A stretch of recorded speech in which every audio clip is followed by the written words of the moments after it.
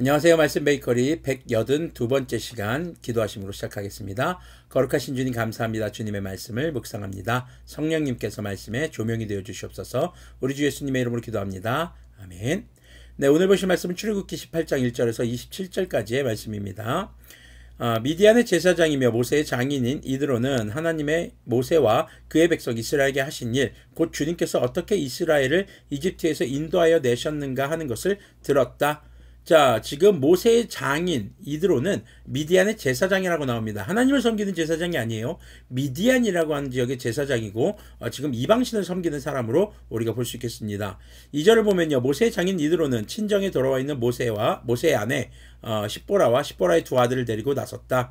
한 아들의 이름은 게르솜인데 이 이름은 내가 타국 땅에서 나그네가 되었구나 하면서 모세가 지은 것이고, 또 한 아들의 이름은 엘리에셀인데 이 이름은 그가 내 아버지의 하나님이 나를 도우셔서 바로의 칼에서 나를 건져주셨다고 하면서 지은 이름이다. 모세의 장인 이드로는 모세의 두 아들과 아내를 데리고 모세가 진을 치고 있는 광야로 갔는데 그곳은 바로 하나님의 산이 있는 곳이다.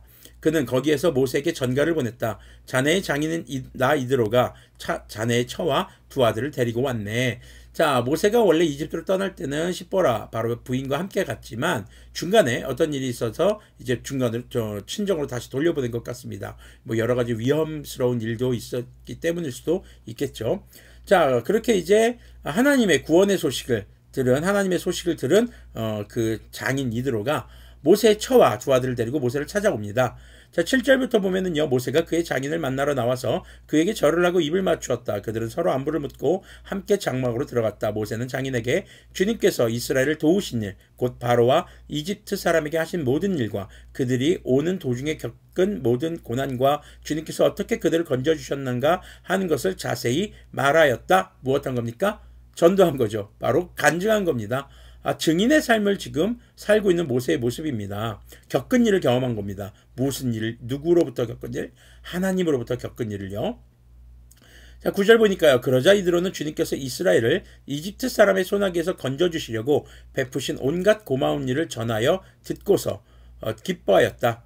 자, 이드로의 반응은 기뻐했다라는 겁니다. 물론 자기 사위를 구해주셨으니까요. 자, 이드로가 말하였다. 주님께서 이집트 사람의 손아귀와 바로의 손아귀에서 자네와 자네의 백성을 건져주시고 이 백성을 이집트 사람의 억압으로부터 건져주셨으니 주님은 마땅히 찬양을 받으실 분일세. 자, 미디안의 제사장, 원래 하나님을 섬기지 않는 이방신을 섬기는 제사장이 하나님을 찬양하기 시작합니다. 11절을 보니까요. 이스라엘에게 그토록 교만히 행한 그들에게 벌을 내리시고 치신 것을 보니 주님이 그 어떤 신보다도 위대하시다는 것을 이제 나는 똑똑히 알겠네. 지금 미디안의 제사장인 이드로가 자신이 섬기는 신보다도 하나님이 더 강하다는 것을 이제 알겠다라는 겁니다. 12절을 보면요. 그리고 나서 모세의 장인 이드로는 하나님께 번제물과 희생제물을 바쳤다. 아론과 이스라엘 장로들이 모두 와서 하나님 앞에서 모세의 장인과 함께 제사 음식을 먹었다. 이드로는요. 하나님께 제사합니다. 예물을 드립니다. 하나님을 예배하기 시작한 거죠. 자, 지금 이것이 그리스도인들이 오늘날 이 땅에서 살아가야 할 증인의 모습인 겁니다. 하나님께 받은 구원, 하나님께서 나를 어떻게 도와주셨는가를 바로 전하는 삶인 거죠. 그것을 전할 때 그것을 들은 사람들이 하나님을 예배하는 이런 일들이 생기게 되는 것이죠. 자, 우리는 이것을 짧게는 두 글자로 전도 혹은 선교라고 합니다. 자, 13절부터 보면요. 그 이튿날 모세는 백성의 송사를 다루려고, 송사라는 건 이제 여러 가지 다툼인 겁니다. 소송을 건 거예요, 사람들이. 자리에 앉고 백성은 아침부터 저녁까지 모세 곁에 서 있었다. 모세의 장인은 모세가 백성을 다스리는 이 일을 모두 보고 이렇게 말하였다. 자네는 백성의 일을 어찌하여 이렇게 처리하는가? 어찌하여 아침부터 저녁까지 백성을 모두 자네 곁에 세워두고 자네 혼자만 앉아서 일을 처리하는가?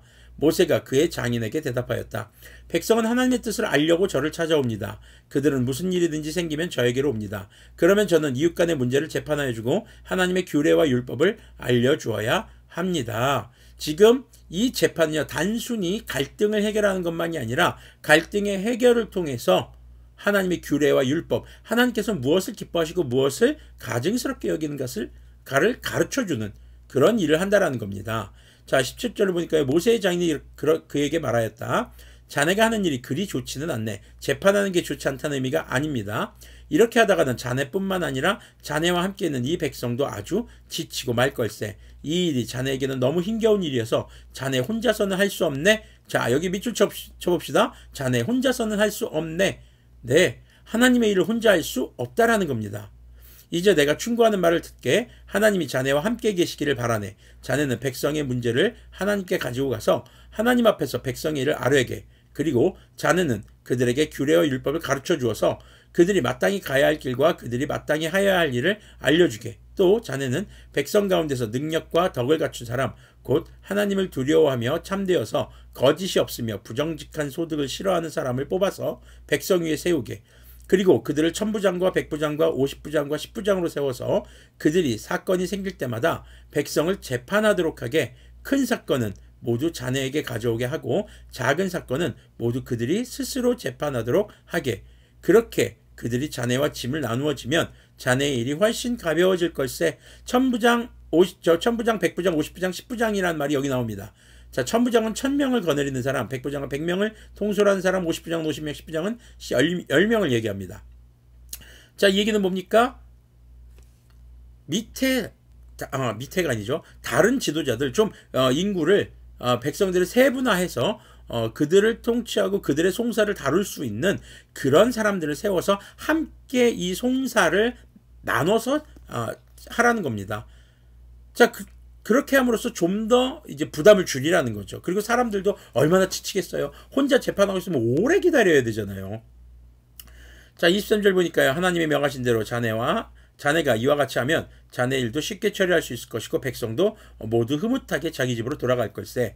그래서 모세는 장인의 말을 듣고 그가 말한 대로 다 하였다. 모세는 온 이스라엘 사람 가운데서 유능한 사람들을 뽑고 그들을 백성의 지도자로 삼아 천부장과 백부장과 50부장과 10부장으로 세웠다. 그들은 언제나 백성을 재판하였다. 어려운 사건은 모세에게 가져오고 작은 사건들은 모두 그들이 재판하였다. 효율성이 생긴 겁니다. 단순한 재판이 아닙니다. 그렇기 때문에 지도자를 세울 때 다 함께 짐을 지는 사람들을 세울 때 항목이 필요합니다. 21절 보니까요. 능력과 덕을 갖춘 사람이라는 겁니다. 또 하나님을 두려워하며 참되어서 거짓이 없으며 부정직한 소득을 싫어하는 사람, 이런 사람들을 천부장, 백부장, 50부장, 10부장으로 삼아서 그들이 백성들의 일을 재판할 수 있게끔 하라는 겁니다. 지금 청렴 결백과 플러스 그들이 인격적으로도 성숙해 있어야 하고 하나님을 두려워하는 사람이어야 한다라는 것이죠. 하나님의 복음을 전하는 일, 하나님의 말씀대로 살아가는 일, 하나님의 신앙 공동체를 이렇게 유지하는 일에는 지도자 한 사람만이 하는 것이 아닙니다. 함께 해야 한다라는 것입니다. 그래서 성경적인 가치관은요, 공동체적 가치관을 가지고 있습니다. 혼자 하는 것이 아니라 함께 합력하여서 선을 이룬다라는 것이죠. 힘을 모아서 하나님의 뜻을 이루는 그런 증인의 삶을 사는 것이 그리스도인들입니다. 교회는요, 그런 그리스도인들이 모인 곳입니다. 모여서 뭐합니까? 예배합니다. 그 예배 안에는요, 말씀을 기초로 기도와 교제와 헌신, 그리고 찬양이 있게 되겠죠. 그 모습을 본 사람들이 이들과 같이 하나님을 만나고 하나님을 예배하는 이런 일에 동참하게 되는 것입니다. 그러기 위해서 교회는, 그리스도인들은요, 질서 있게 살아가야 합니다. 그래서 먼저 교회는 가장 그 질서에 하나님의 질서를 가르치는 역할로 목회자가 세워집니다. 그리고 그 목회자와 더불어서 함께 동역하는 리더십들이 필요하게 됩니다. 자, 그럴 때 그 리더십의 역할은, 리더십의 자질은 바로 인격적인 측면과 신앙적인 측면이 모두가 함께 갖춰져야 한다는 것을 기억하시길 바랍니다. 그 얘기는요, 여러분들이 인격적으로도 그리고 신앙적으로도 성숙할 때 비로소 여러분들이 속한 신앙 공동체뿐만 아니라 가정, 그리고 여러분들이 살아가는 곳에서 합력하여 선을 이루는 증인의 삶을 살 수 있게 된다는 것을 기억하시기를 바랍니다. 그래서 여러분들이 이 21절의 말씀을 잘 기억했으면 좋겠습니다. 능력, 덕, 그리고 하나님을 두려워하고 거짓이 없고 부정직한 소득을 싫어하는 그런 우리들이 되기를 간절히 소망해 봅니다. 기도하겠습니다.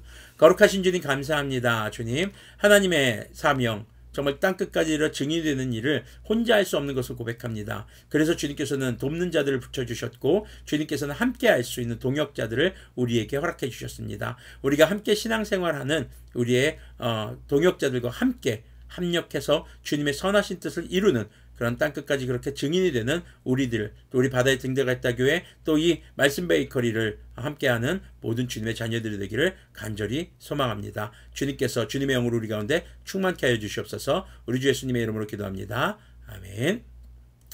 네, 자, 여러분들의 삶에 하나님의 능력과 그리고 세상 사람들이 인정할 수 있는 덕을 갖춘 인격적인 사람, 그리고 하나님을 두려워하며 거짓이 없이 부정직한 소득을 싫어하시는 그런 그리스도인들이 되어서 함께 합력해서 하나님의 선을 이루는 증인들이 되기를 축원합니다.